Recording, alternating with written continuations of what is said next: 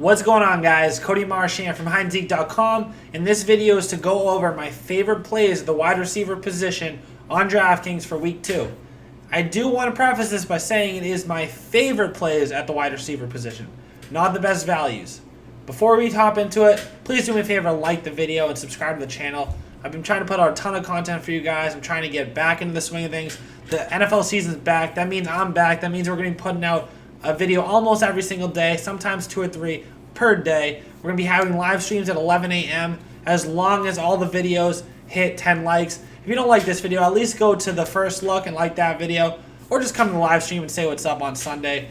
Let's hop right into it. Like I was saying, it's not about how they're priced. It matters. Okay, it definitely matters how they're priced. That was totally not the right thing to say. I don't care about the cheapest players. That's not what I'm talking about. I'm talking about where can we extract the most value out of their price points. And if you quickly look at my spreadsheet of favorite plays this week at the position, real quick, I'll do what I did in my last video for the running back position. I will just be copy and pasting the color codes so you guys know what I'm looking at. For my color codes, purple means it's great, blue is good, green's okay, yellow's bad, and red is awful. Basically, on the left, talking about players, if it's purple, it means I think they're an elite talent. Opponent, if it's purple, I think it's an elite matchup. Price, if it's purple, I think that is great value at the price. Team total, if Vegas thinks they're going to score a lot of points, that's good for fantasy. I want to see a high team total. And on the right, it shows how likely I am to consider them into my cash game lineups. That's another good thing. I don't know if I said that before. This is ideally focused on cash games. This has nothing to do with GPPs. This is not how my favorite tournament pool or whatever, my tournament pool of players.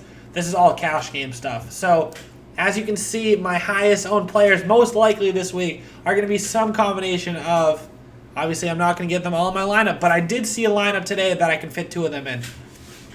DeAndre Hopkins, Michael Thomas, Sammy Watkins, Keenan Allen, John Brown, Tyrell Williams, Danny Amendola, Juju, Amari Cooper, Robert Woods, and Terry McLaurin. It all comes down to how I construct my team. I can't get all of them in, but I can get a lot of them in. Without further ado, let's talk about the best wide receiver in the NFL, DeAndre Hopkins. Julio fans, leave me alone. DeAndre Hopkins is that dude. 2 touchdowns in opening night, 13 targets, 8 catches, 111 yards, 34 fantasy points. It's just what he does. He's playing against Jacksonville. He's playing against Jalen Ramsey. I'm not really worried. Deshaun Watson needs this guy on his A game for them to be successful. And at 8,100, it's something that I want to be a part of. I'm very intrigued at that price point. Going down the list, we'll go to Mr. Starts the Season Off Hot, a.k.a. Michael Thomas. This dude always comes out of the gates on fire. Another 13-target game, 10-catch, 123 yards for the big boy out of New Orleans. Can't guard Mike. Last year against this LA team, Michael Thomas went off to the tune of 209 yards, I believe. Quote.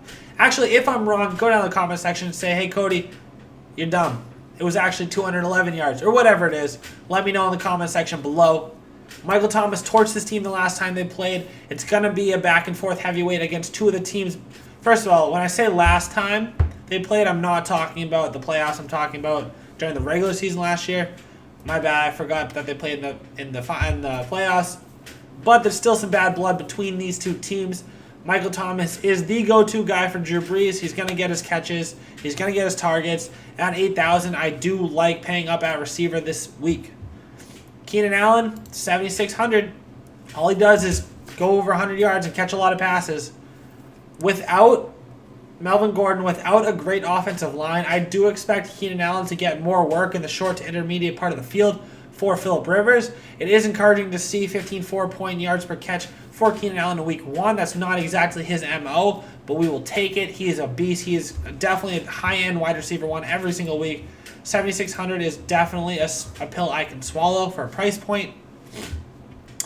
Sammy Watkins, 49.8 points. And I know, if you know me, you know that I am the biggest Sammy Watkins fan. So for me to put this guy on my channel, I'm in heaven right now.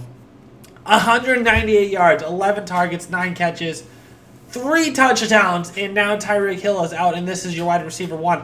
Go against Oakland, and they moved him around so much. He's either going to be seeing some Trayvon Mullen, the rookie cornerback out of Clemson for the Raiders, or a lot of slot corners that just cannot handle what Sammy Watkins brings to the table.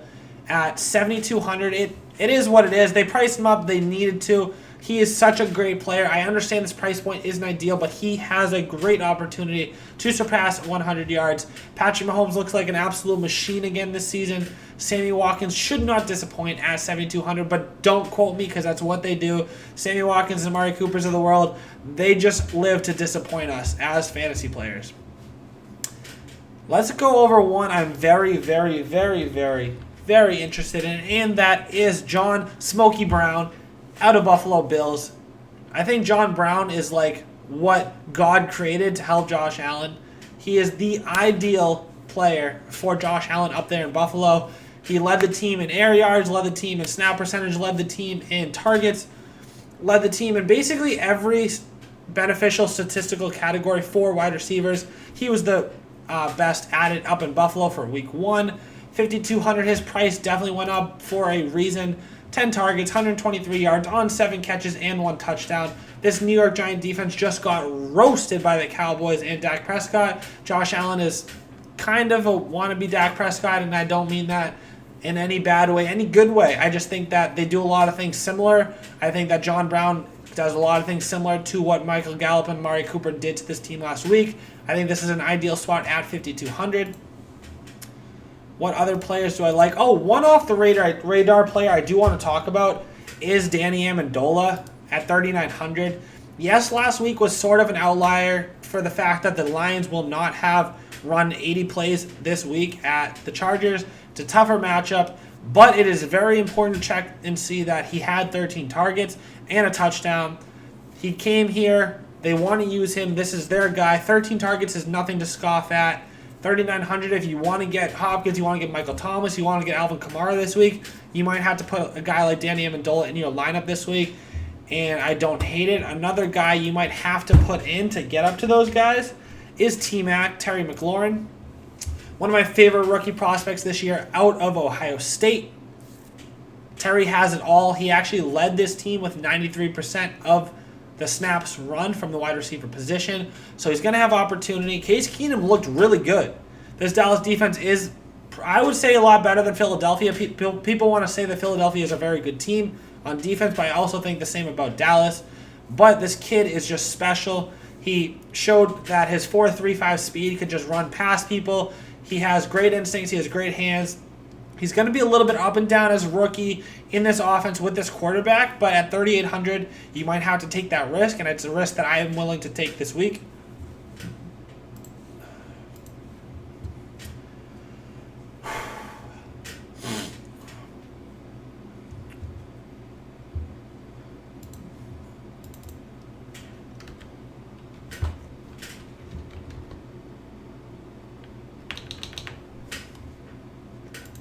The last guy I want to talk about at 4,400 this week is the Gazelle, Tyrell Williams. He looked so good in black and gold. They're not even black, silver and black for the Oakland Raiders in week 1. Only 7 targets, but he caught 6 of them for 105 yards and a touchdown. He had some big-time high A-dot throws, which is what we know Tyrell Williams is good for. This is a great matchup. They're going to be having him pass the ball. He's definitely their number 1 wide receiver, and it's not close. Tyrell Williams at 4,400 is mispriced because this game happened last night after the pricing was already out. Tyrell Williams at 4,400 is mispriced. Please take advantage.